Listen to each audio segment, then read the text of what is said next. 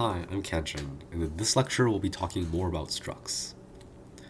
So if you remember from last time, we covered the basics of structs, which includes how to define them and how to initialize them.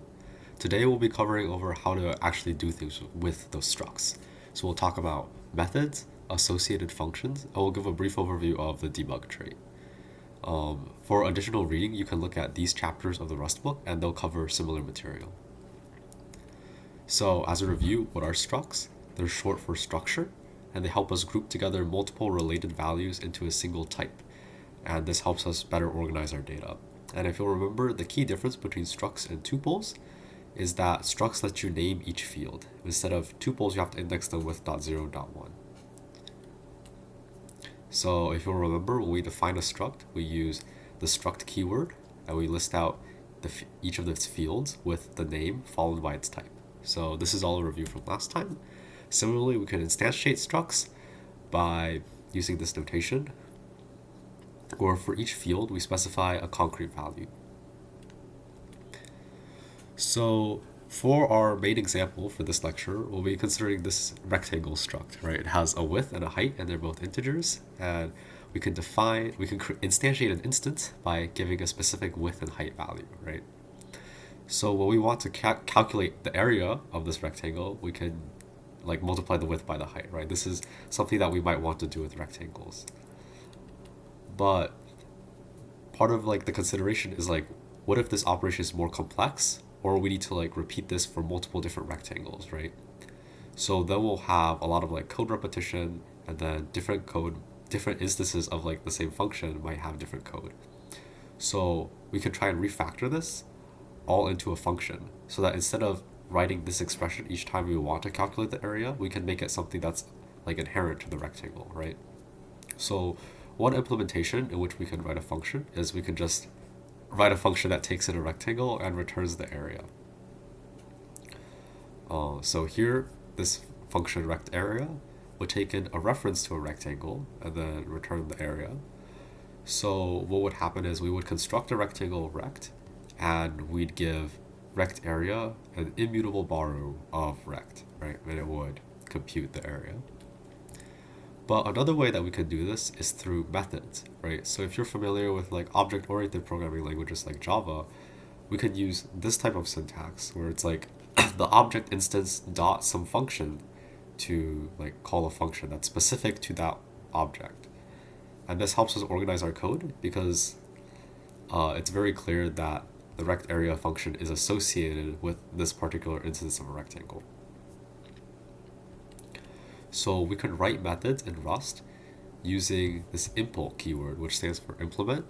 And here we're basically saying we're implementing this method for the rectangle type, this area method, which takes in a mutable reference to self, which is shorthand for rectangle, and then returns a integer, right? Yeah, so here the method takes in a self parameter, which refers to the specific instance that this method was called on. So when we do something like rect.area, this self would be a immutable reference to that rect, to that instance, right? And here, note that self is a shorthand for basically writing this out. For methods, this first parameter does not have to be a reference. It can actually be one of many things. So it could potentially be a mutable reference, or it could also take ownership or move the object. So we'll go over a few different examples.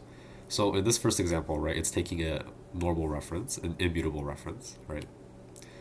But we can also take in a mutable reference. So this function takes in mute self, and then it lets you modify the width, right?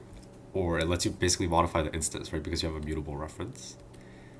In this example, there's no ampersand, right? So it's taking ownership of the object instead, and it will return a completely new instance. So if we call rect.swap, what ends up happening is that the old rect gets put into the function, and the function takes ownership of it, and then it gets dropped at the end. And then instead, this new rectangle is replaced. So essentially, we've replaced the underlying data with a different object. Or for example, this function disappear. if we call rect.disappear, right, it just gets moved into the function, and then nothing happens to it. It just gets dropped.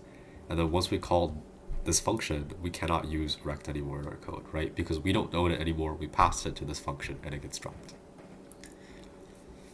Next, we'll talk about associated functions. So associated functions are any function that is defined in an impl block. And we can write functions that don't take in the self, so they aren't methods, so they don't refer to a specific instance of the object, right? And here we say it's tied to the type, so it's like tied to the rectangle type, rather than a specific instance of a rectangle. And they're very similar to like static methods in Java, right, where they belong to the class rather than a specific instance, a specific object from that class. So as an example, associative functions are commonly used for constructors. So here, if we have like a constructor, we usually typically call constructors like new in Rust. So this function is associated with the rectangle class, but it doesn't take in a specific instance of a rectangle. Instead, it just returns a new rectangle with the appropriate width and height. Right, and then if we wanted to use this associated function, we would use the type, : and then the function name with the arguments we want to type with the arguments we want to pass in. So the difference between an associated function and a method is that it doesn't have this self keyword at the front, and to call it we use the type : instead of like the specific instance dot. Right, so here's another example where it doesn't take in a specific instance, it's just flat out returns a string. And again, this is covering the difference between associated functions and methods. It's that associated functions, again, are associated with the type, and we use the type : instead of the instance dot. Finally, we'll talk a little bit about the debug trait.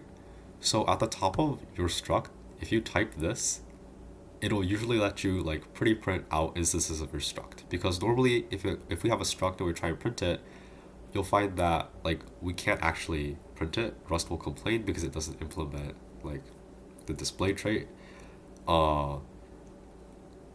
Instead, we have to like print out each of the fields individually, right? But if we use this derived debug, it basically automatically generates like this. It basically automatically implements the debug trait for you. We'll talk more about traits in a future lecture, but for right now, all you can think about is that if we include this line in front of our struct, it'll give you the functionality to print a debug using this like : syntax in your print line or like print statements. So as an example that ties it all together, here we have this rectangle struct with the debug trait, and we need to derive debug in order to be able to print it with this : syntax at the end, right? So for example, here is a constructor. Instead of the like previous constructor we had, this constructor doesn't take in any arguments and just returns a default rectangle. And then here we have two methods, and this method shows like a different way in which we can like maybe build constructors. This is kind of common in some libraries you might see, but the syntax is basically it will take in an instance of the struct, and then it will like take ownership of it and then return a different struct. So here we create a new rectangle. It has 0 height and 0 width. We pass it into the width function, which consumes this rectangle and returns a new one with a different width. And then similarly, the height function consumes it and returns a new rectangle with a different height. And you'll see like this method chaining syntax that's used sometimes. So that's an example of like pretty much everything we covered, right? How to use like associated functions, how to use methods, and the different like types of instances that it can take in, right? It can take in like a reference or a mutable reference or take ownership. And we covered like the debug trait, right? Because we finally have to use the debug trait in order to print it out. So a recap of what we covered structs, right? They are a composite type. They have named fields and they like hold together many different values. Associated functions are any functions that are defined in an impl block, and these are associated with a type, whereas methods are called on a specific instance, and they can take in self, mute self, or like a reference, a mutable reference, or take ownership. And if we want to use associated functions that aren't methods, we have to use the type : syntax, right? And then we could use the debug trait, this derived debug line, in front of our struct to let you pretty print stuff. So that's kind of all we covered this lecture. And as for some announcements, homework 7 is released today on Prairie Alert, and it will be due in a week. And then MP2 is also released today, and it'll be due in 2 weeks. So thank you guys for listening, and hopefully see you guys in the next lecture.